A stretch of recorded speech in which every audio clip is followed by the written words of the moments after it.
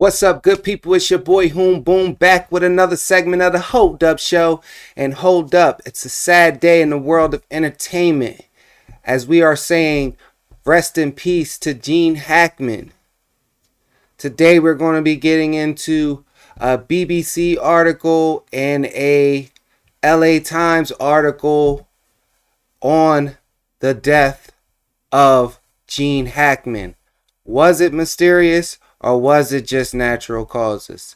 And we're also going to look back at some of his more famous roles and show appreciation to the work, because one way or another it did have an influence over your life. So let's get into it. Hold up. So here is a BBC article of Gene Hackman, one of Hollywood's greatest tough guys. Gene Hackman, who died at age 95, started his acting career later in life, but became one of Hollywood's most bankable stars. The U.S. actor, his wife Betsy Arukawai, 64, and their dog were found dead at their home in Santa Fe, New Mexico. Santa Fe County Sheriff's Office in New Mexico confirmed they were found deceased Wednesday, but that officers did not believe that foul play was a factor. Hackman had an illustrious 5-decade career as an actor. He won 2 Oscars and was nominated for another 3, playing violent men, yet was equally at home in comedy. He was once described as having a face of a truck driver and was suited to character as well as leading roles. Having shot to fame in Bonnie and Clyde at the end of the 60s, he was rarely out of work in films like The French Connection, Mississippi Burning, and Superman. But he retired from acting in 2004 on the advice of his heart doctor and rarely gave an interview again, opting for a quiet life in New Mexico with his second wife, Betsy. Very beautiful, very beautiful. Eugene Allen Hackman was born in San Bernardino, California in 1930 and led a peripatetic childhood. I'm not sure what that means, or if I'm even saying it right, but let me look that up real quick.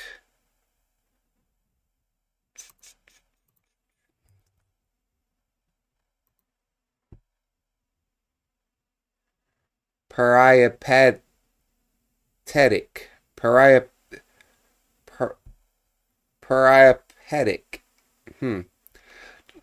That means traveling from place to place, in particular working or based in various places for relatively short periods.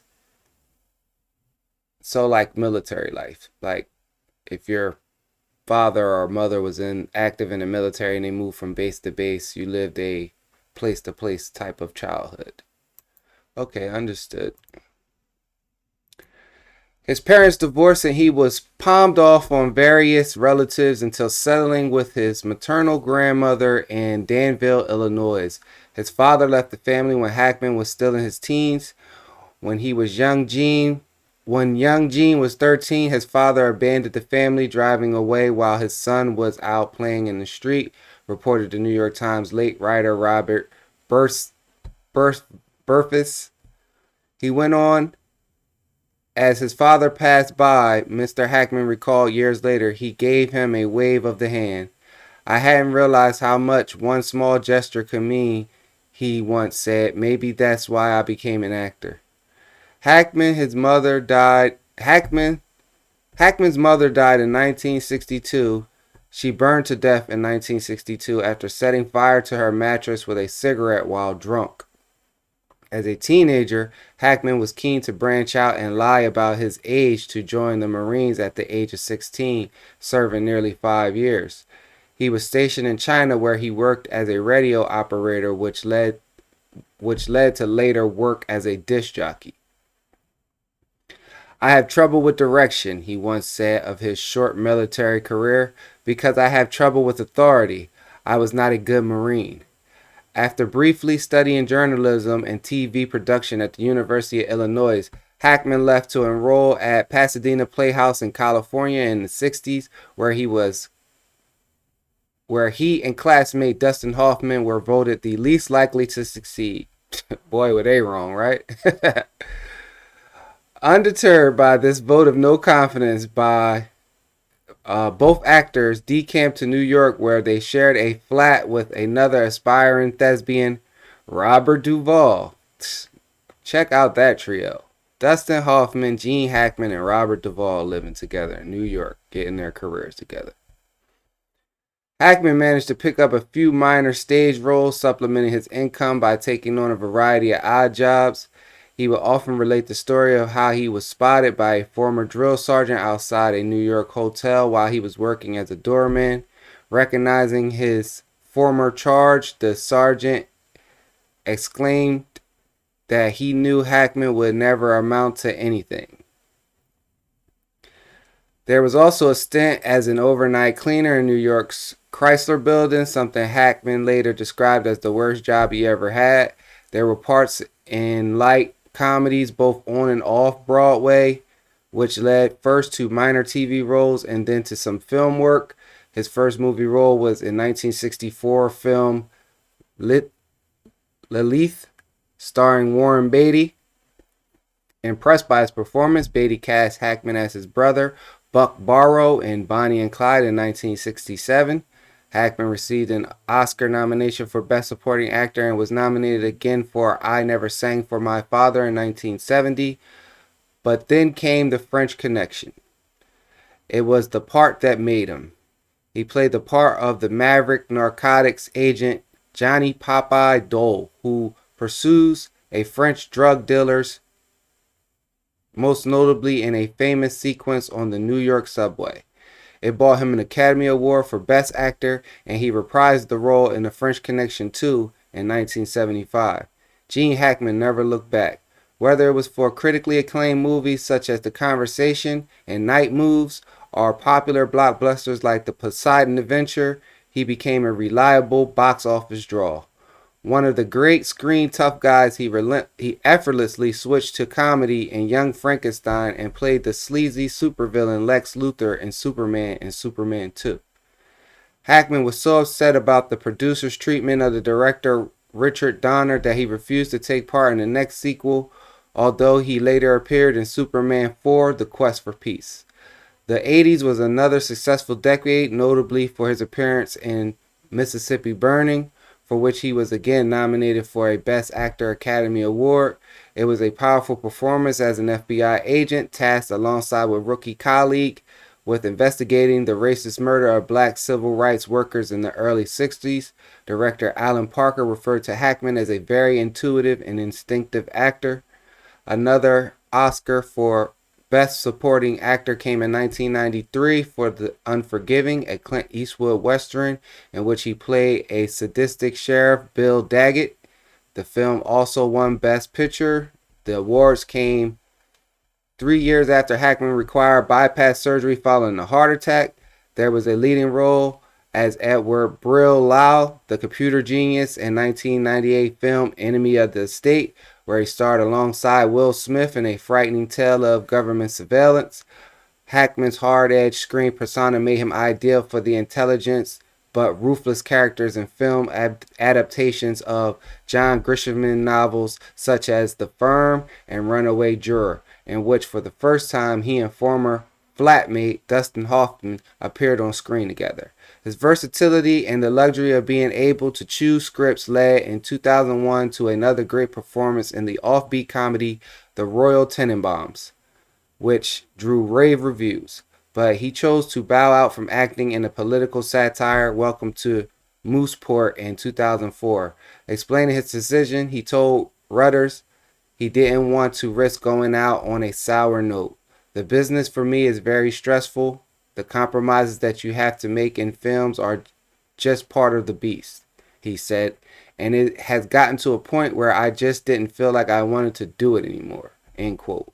A decade later, he did briefly come out of retirement to narrate 2 documentaries about the history of the United States Marine Corps, but otherwise stuck to his plan. After quitting acting, he gained a new reputation as a writer of historical fiction. He co-wrote 4 books with Daniel Linehan: Wake of the Perdido Star in 1999, Justice for None in 2004, Vermilion in 2004, and Escape from Andersonville in 2008. He went on to deliver 2 solo writing efforts, Payback at Morning Peak 2011 and Pursuit 2013. He spoke about why he had taken to his new job. I like the loneliness of writing. Actually, it's similar in some ways to acting, but it's more private and I feel like I have more control over what I'm trying to say and do, he told Reuters. There's always a compromise in acting and in film. You work with so many people and everyone has an opinion. Laughs. But with the books, it's just Dan and I and our opinions. I don't know that I like it better than acting. It's just different. I find it relaxing and comforting. Hackman married Faye Maltese in 1956. The couple had 3 children, but divorced in 1986. 5 years later, he married Betsy Aruqua, who ran a upmarket furniture store in Santa Fe, New Mexico. Gene Hackman made more than 80 films and still managed to become both a proficient golfer and respected painter. He was also a mean performer on the racetrack, driving Formula Ford cars and taking part in the 1983 Daytona endurance race.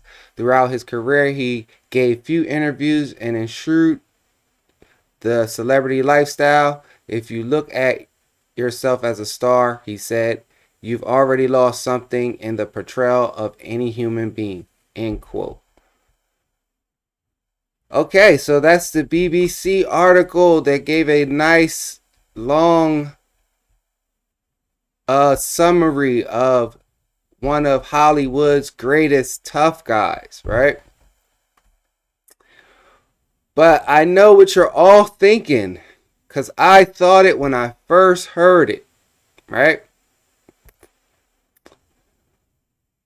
Him at 95 years old, his wife at 64 years old, and the dog, all found dead together.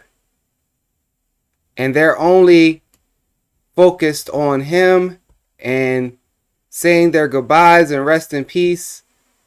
But no one's questioning how did everyone die together, right? So then I find this article. Let me just fix this really quick.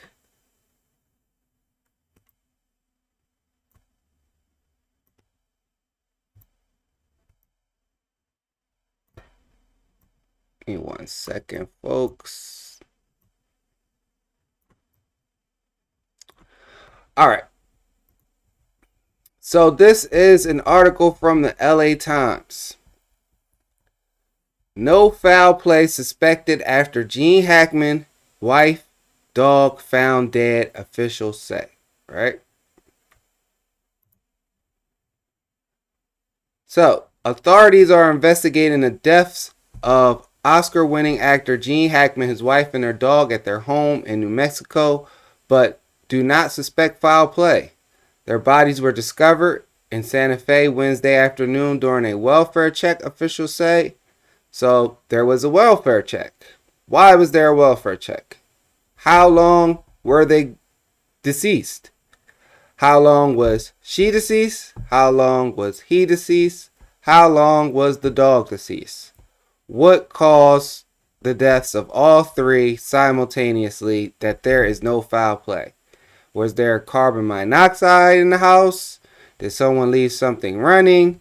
Was there a gas leak that, that does not sound like no suspected foul play, because a gas leak, not necessarily foul play in meaning that someone was out to murder or harm this family. It was just meaning that something called, like, he just didn't die of natural causes, even though he was 95.